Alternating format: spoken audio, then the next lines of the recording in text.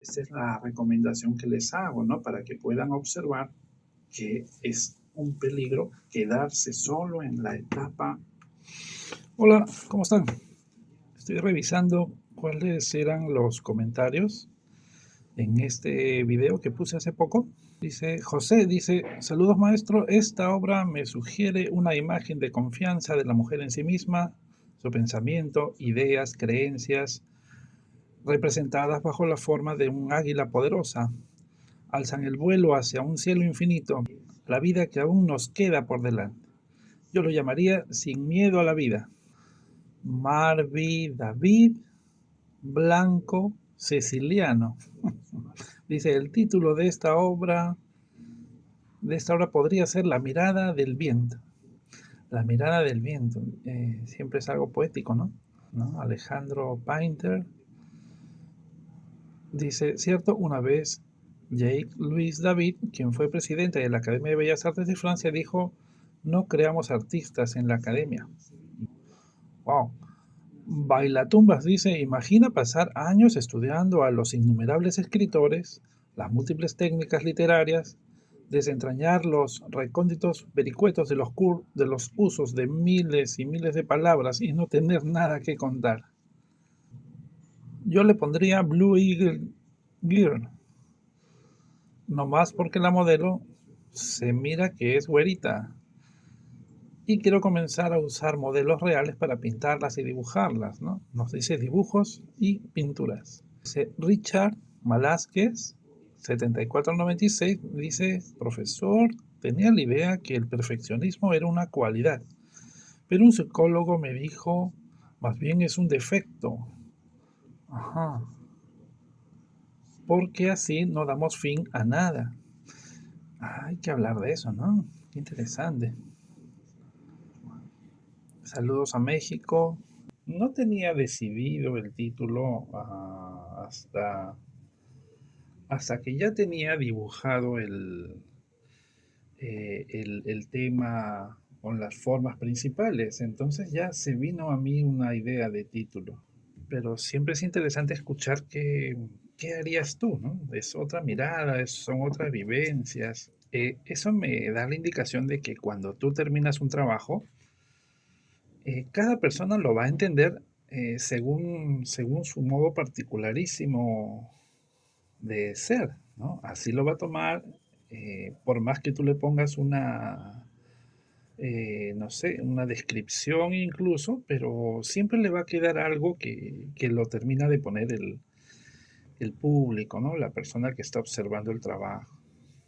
Y esto a veces se toma como una especie de trampa, ¿no? Se hace algo muy indefinido de manera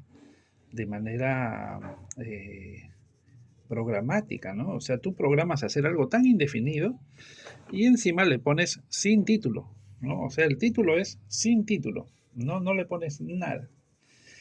Y dejas una libre interpretación de cada persona en un trabajo. Bien. Ahora, eso plantea un trabajo del público más activo, tal vez, ¿no? Podría ser una dinámica en donde el artista más bien quiere escuchar qué cosa opinas tú ante una ejecución, ¿no? Podría ser como un experimento, ¿no? A ver qué opina la gente de esto que acabo de hacer.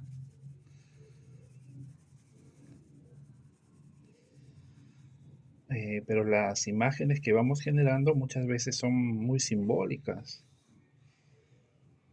y ya no se trata de una subjetividad de cada quien, sino, como estudiaba Carl Jung, existe un inconsciente colectivo. Entonces, inmediatamente cuando yo pongo esta ave aquí, ya sabemos que significa libertad. Indefectiblemente la vamos a tomar así, ¿no? Si yo pongo una mujer, ella representa a los humanos, pero cada quien puede tomarlo así más literal y decir que ella representa a género femenino. ¿Cuándo ya parar de retocar el trabajo, no? Acá yo lo estoy retocando. Es decir, ya está la idea planteada, pero según tus parámetros, tú lo das por terminado y te vas, o lo continúas un poco más y un poco más y un poco más, como perfeccionando cada zona y, y tratar de mantener un estándar, tal vez, un modo de hacer más meticuloso, más artesanal. Esto no ocurre con todos los artistas, ¿no? Hay artistas que basan su trabajo simplemente en el tema, no en el acabado. Podría estar muy mal hecho el trabajo, pero ellos lo sustentan por la temática. O sea, trabajan mucho en las temáticas, se preocupan que la temática sea, como dicen, pertinente, que genere debate, lo que llaman controversia, ¿no? Sin embargo, la obra en sí como calidad de objeto no tiene mucho. No, me parece que es un contrasentido más bien. Pero por eso les decía que hablar de arte es algo, eh, es entrar en otro mundo, ¿no? Nosotros siempre estamos hablando de nuestras técnicas. Y ya cuando empezamos a hablar de arte, alguien se va a ofender o pensar en contrario.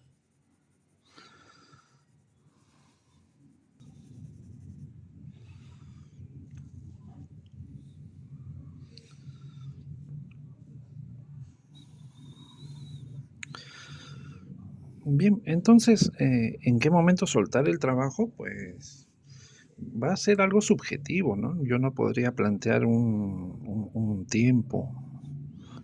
Va a ser siempre algo subjetivo. Lo que mencionaba en el primer video de este tema era que muchas veces te congelas y te quedas en el estudio. Y cuando estás haciendo una elaboración, pero quieres hacer cada trazo de una manera bastante perfeccionada, que lo haces despacio y y ya de una manera débil, entonces vas colocando un trazo y te quedas pensando a ver si ese trazo está bien hecho, ¿no? Un cuarto de hora, estás ahí que lo incluso para poner el lápiz en el papel ya te da miedo, entonces te pones a temblar y no, bueno, estoy exagerando un poco, ¿no? Pero ven el problema, ¿no? De por querer hacerlo perfecto o dejar lo que esté perfecto, estás muy temeroso y lo pones el trazo muy suave. Pasamos por esas épocas y si yo lo comento es porque a mí me ha pasado, claro. Yo recuerdo mucho un momento de la pintura en que estaba empezando con el óleo, ¿no? Entonces tomaba el color y cuando lo iba a aplicar, me temblaba la mano, ¿no? Cuando iba a aplicar así las pinceladas, me temblaba la mano y yo me sorprendía porque yo estaba agarrando mi mano así. Mi mano la agarraba para que no tiemble y ya colocaba la pincelada. Y por ahí me pescó un amigo y comenzó a matarse de risa, ¿no? Aquí decimos así, matarse de risa. Pero en este caso no se mataba de risa, se caga. Estamos justamente explorando algo nuevo y como es algo importante, sentimos que ahí se nos va la vida, ¿no? Entonces lo queremos hacer perfecto o bien, ¿no? La visión que pudiéramos tener en cada etapa puede ir cambiando, ¿no? Por ejemplo, en este tiempo, incluso yo recomiendo y aplico algo que llamo así, ¿no? La programación de los errores. O sea, vamos a programar. los errores. Me refiero a que si yo quiero hacer una elaboración eh, importante y compleja, por ejemplo, el dibujo de una figura humana o la pintura, ¿no?, de un óleo, entonces hago un bosquejo. Hago un bosquejo en un papel o de repente un pequeño boceto al óleo del cuadro, y allí sé que voy a cometer 2 o 3 errores, esperando que no sean errores fatales, ¿no? Pero podría ocurrir, entonces, o podría ser un retrato. De manera que en ese papel, en ese boceto, se quedan los errores. Allí veo cuáles son los errores, ¿no? Hay que plantear el momento de reflexión posterior al momento de ejecución. O sea, después de la sesión, te detienes y observas qué estás haciendo, ¿no? Y vas avanzando. O sea, detectas el error y perfecto. Perfecto. O sea, de repente la nariz quedó muy larga. O hay un error anatómico de estructura, ¿no? Que por distraído no se resuelve bien y está fatal. Niveles de la rodilla, el movimiento, ¿no?, de la pelvis no está bien colocado, alguna desproporción, miles de cosas que podrían ocurrir y ocurren, ¿no?, incluso hasta los profesionales. Entonces, nuestro entrenamiento programaría el error. Haces un previo, ¿no? Haces un ensayo, digamos, detectas el error y te alegras, te das palmadas en el hombro, ¿no? Lo encontré. Este es el peligro que iba a malograr mi trabajo. Y para cuando haces el trabajo oficial, el importante, el que tal vez vas a entregar al cliente, ¿no?, o llevar a la exposición, ya no, ya está más perfecto, ya está perfeccionado, ¿te das cuenta? Pero es porque tú le has dado ese tiempo al trabajo. Podrías pintar a la prima, podrías pintar paisajes, pero eso no te da permiso para que siempre esté como un boceto, ¿no? Como si no hubieses querido darle mucho trabajo.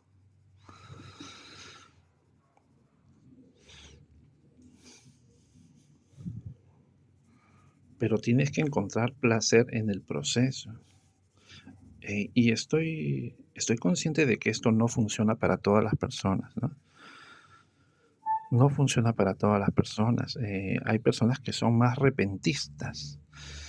Es decir, si no les pones así una especie de contador donde va a explotar una bomba, ¿no?, y en ese tiempo deben terminar el trabajo, pues entonces no lo hacen, ¿no? Les gusta sentir esa presión del tiempo, qué sé yo. Así son.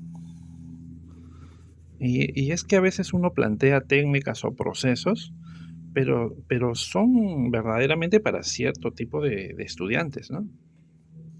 Y no funciona para todos. Ahí está el problema, ¿no?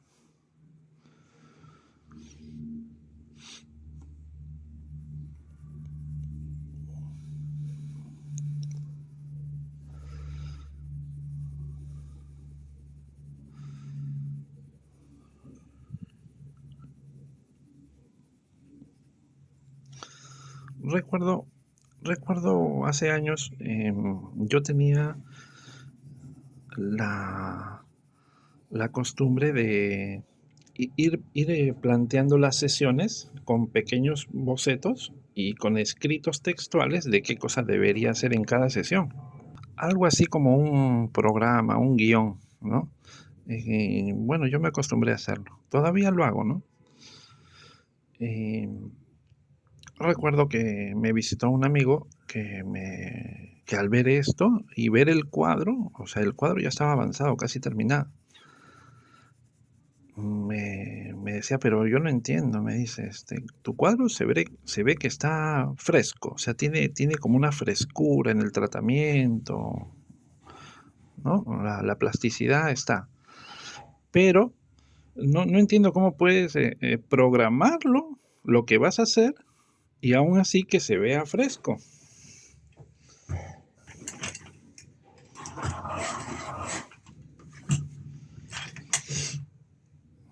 ¿no? Entonces sí me puse a pensar, pero sí, pues algo de razón tiene, ¿no? ¿Cómo es posible que alguien programe cómo va a ser, qué cosa va a hacer? Entonces no deja espacio para la sorpresa de lo nuevo en cada sesión, ¿no? Sin embargo, yo tenía claro que si tú estás así muy consciente de lo que tienes que hacer en un cuadro, entonces la idea va limpia y directa, como una flecha al blanco, sin demora, sin tropiezos, va directo. Siempre y cuando estés, como te digo, absolutamente seguro de qué es lo que tienes que hacer, cosa que se dice fácil solamente, ¿no? ¿Qué cosa es lo que tienes que hacer en una obra? ¿Y cómo llegas a esto? Pues habiendo hecho los estudios, ¿no? Entonces ahí estaba el asunto.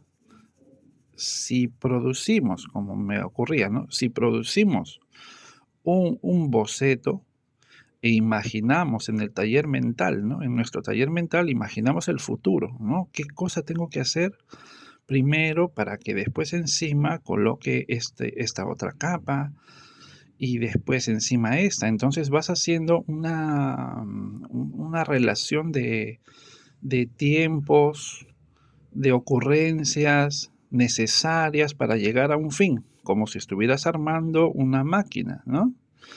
Entonces, si tienes la capacidad de describir claramente, pues, paso por paso, entonces sí, ya sabes qué cosa tienes que hacer.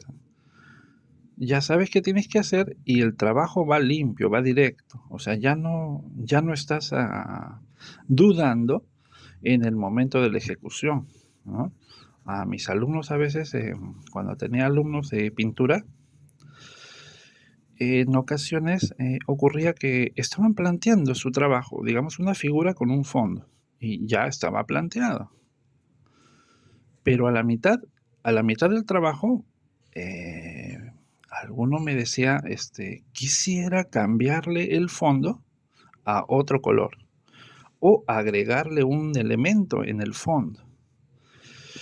Y yo les decía, no, pero un momentito, todo lo que está ocurriendo ahí está en base a ese fondo, a ese color, a esa proporción y todo. Si tú lo cambias, vas a encontrar que tienes que cambiar los contrastes, las armonías y los colores, es decir, se descompone ese ecosistema que se ha generado ahí y eso no es tan fácil, ¿no? No es cuestión de solo cambiar el fondo y a ver qué pasa. Nada recomendable. Al menos en mi taller no era recomendable hacer ese tipo de cambios de última hora. Debía hacerse todo con un proceso. Yo le decía, yo les decía, no, eso no debería hacerse, no debería ocurrir. Puede ser, miren, puede ocurrir que en cada sesión se te ocurra una idea mejor. Claro, porque no permanecemos estáticos en el tiempo.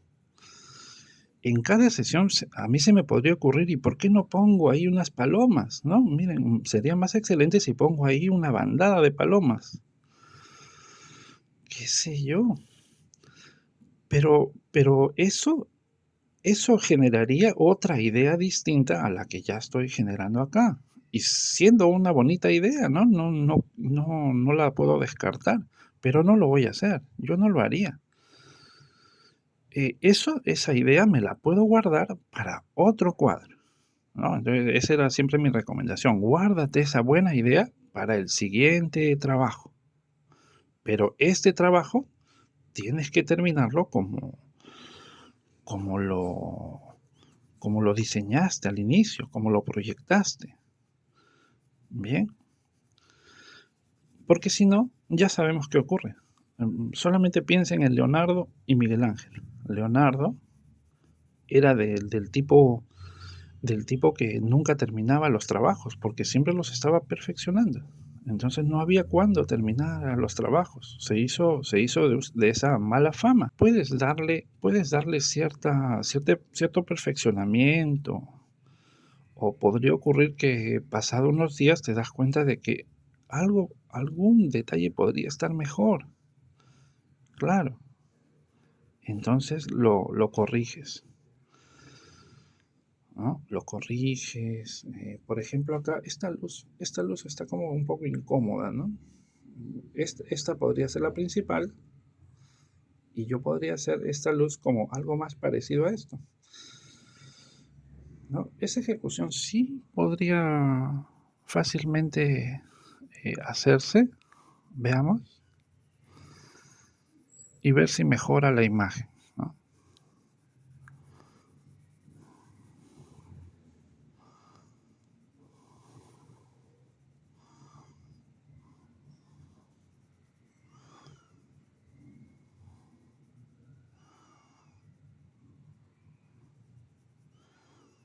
Pero como vemos son disposiciones menores, ¿no?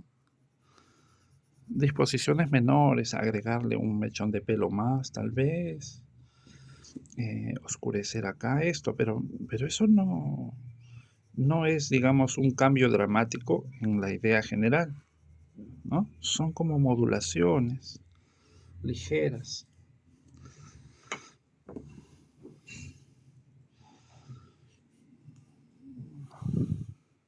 Entonces, en ese caso no veo algún problema, ¿no? Pero si quisiéramos cambiar radicalmente la idea, entonces sí es peligroso. Les enseño un dibujo, un retrato.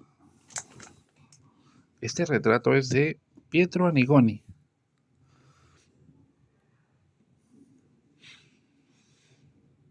Mario di Prete, así es como se llama el retratado. Anigoni era un gran maestro del retrato. Bien, falleció en el 88, me parece. O sea que no es tan antiguo, ¿no? Este libro me lo regaló eh, el escultor Víctor Estrada, ¿no? En un viaje que hizo a Italia a estudiar y me trajo este libro. Entonces, miren el acabado de este retrato, ¿no? Es suelto, con trazos, ¿no? A ver, miren qué maravilla en los valores tonales tan suaves y partes que están así, abocetadas, ¿no? Recuerda un poquito esa calidad de Ramón Casas, tal vez, ¿no? Y es muy clásico, ¿no? Ven el acabado clásico en los volúmenes. Recuerda también un poco a Holbein. Muy bien, pero miren la cualidad de trazo que tiene, así, bastante suelto y fino a la vez. Ese trazo suelto que podríamos ver en algunos trabajos no es indicativo de que está hecho rápido, no necesariamente, ¿no? El trazo podría estar hecho de un solo envión, o sea, con una ejecución, eh, como se dice, honesta y contundente, ¿no? Ejecutada porque hay solvencia, hay conocimiento, entonces el trazo lo demuestra.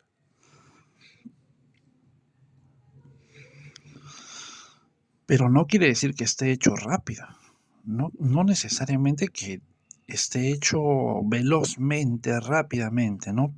De repente se pasó ahí unos 5 minutos pensando qué iba a hacer y luego ya hizo los trazos de la ropa, del cabello, que están más sueltos, ¿no? Y como balance al rostro que está con unas líneas muy afinadas, ¿no? También recuerda un poquito los dibujos de Ingres, ¿no? De Angra. Bien. Lo tengo acá a la mano porque estoy haciendo justo unos retratos. Esa cuestión también es importante, creo, mencionar, ¿no? ¿De dónde sacamos nosotros la emoción, ¿no? De la ejecución? Pues creo que es llenándose de imágenes de gran calidad que nosotros quisiéramos emular, ¿no? En cuanto a algún aspecto, ¿no? Por ejemplo, acá en este aspecto yo noto la composición, el aire del personaje obtenido por justamente los elementos plásticos. el aire del personaje, ¿no? Su mirada, un rostro afable, tranquilo. Entonces el retrato, su retrato no tiene grandes contrastes, no es una persona de repente eh, ofuscada ni llena de conflictos, sino todo lo contrario. Entonces eso es lo que se percibe a través de este retrato, ¿no? Si uno pudiera sacar así esa calidad en los dibujos de retrato, de encargo, sería fabuloso, ¿no? Porque tendría una parte de aporte sentimental, ¿no? A través de la objetividad, ¿no? Del realismo. Pero es lo que tú estás sintiendo del personaje y de la forma, ¿no? Entonces cumples con lo que quiere el cliente, el parecido, y también se vuelve una obra sentida, una obra de arte.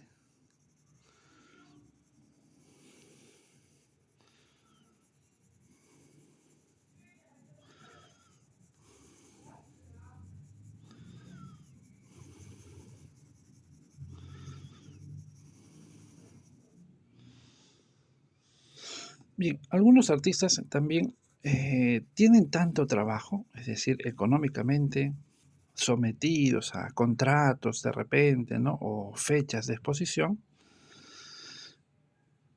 y ya no les da tiempo para ejecutar tranquilos y con un tiempo libre sus proyectos, ¿no? Incluso tienen que buscar apoyo en ayudantes, ayudantes que van pintando por ellos, ¿no? Algunas partes, algunas zonas. Esto ya venía desde la época de Leonardo, ¿no? En donde vemos un buen dibujo que tiene todo el estilo, parece de la mano de Leonardo, y sin embargo es de su taller, es de uno de sus alumnos, ¿no? Rubens sigue ese proceso también y, y tiene pues ese taller en donde tiene discípulos, ¿no? Sus alumnos, podría decirse, ¿no? Porque aprendían mucho con él, tienen mucho de su estilo, ¿no? El mismo Van Dyck, el mismo Anthony Van Dyck, hay cuadros en donde tenemos la duda si es de Rubens o de Van Dyck, pero directamente es de uno de los dos, ¿no? Pero Van Dyck era más fino. Van Dyck tenía un acabado más fino, ¿no? Cuando ya él se libera de su maestro y se va a vivir a otra ciudad, a otro, a otro campo de acción, ¿no? En este caso era el Reino Unido. Entonces, él ya explora su estilo abiertamente muchísimo y ya se diferencia, ¿no? Rubens era más suelto. En cambio, Van Dyck, si bien tiene un estilo parecido, pero el acabado es sorprendentemente más elaborado, ¿no?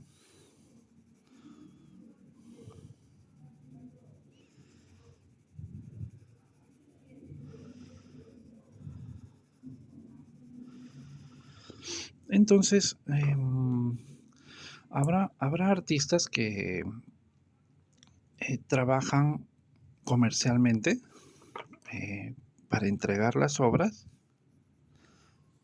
y sus trabajos suelen ser como una repetición muchas veces, ¿no?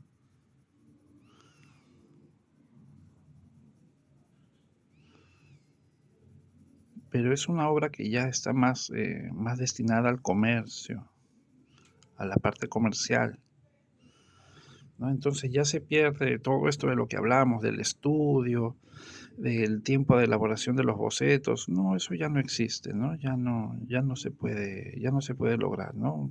Tenía un amigo que justamente en su contrato con la galería debía de hacer, me parece que creo que eran 250 cuadros, ¿no? En un tiempo determinado, ¿no? Y ya él simplemente elaboraba así como una máquina, ¿no? Sus cuadros, él me decía, ¿no? Tengo el cuadro en blanco y ya lo lleno y paso al otro cuadro blanco, el lienzo, ¿no? Y lo lleno de colores y así está todo el día. y ya eso lo agotaba, ¿no? Eso lo agotaba, eso ya no, él no lo consideraba ya su pintura, ¿no? Ya era cumplir un contrato. Y es así, pues hay de todo, ¿no? Pero en ese caso no podríamos decir que eso es un error, ¿no? Es simplemente una etapa, una época, ¿no? Una época. En otro momento, él mismo ya se libera un poco de ese tipo de presiones y comienza a elaborar otra vez grandes obras bien estudiadas, ¿no?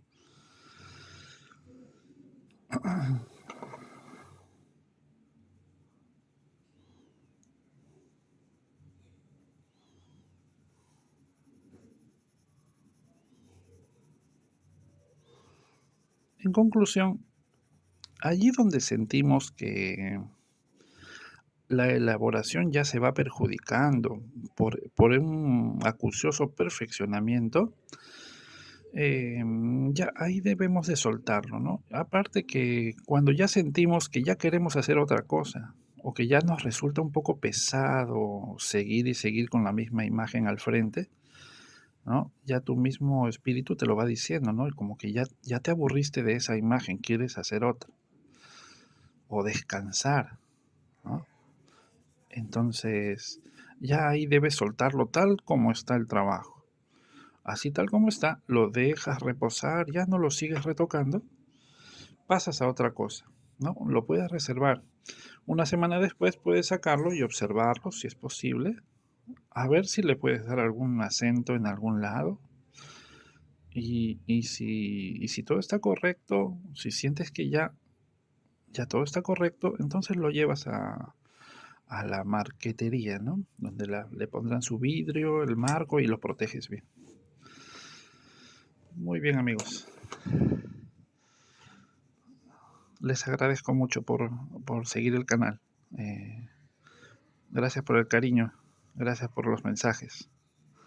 Si tienes una opinión en torno a lo que hemos conversado, puedes dejarla abajo, ¿no? Siempre es interesante. Yo leo todo, todos los escritos, los mensajes, yo los leo. Bien, hasta luego. Cuídense mucho.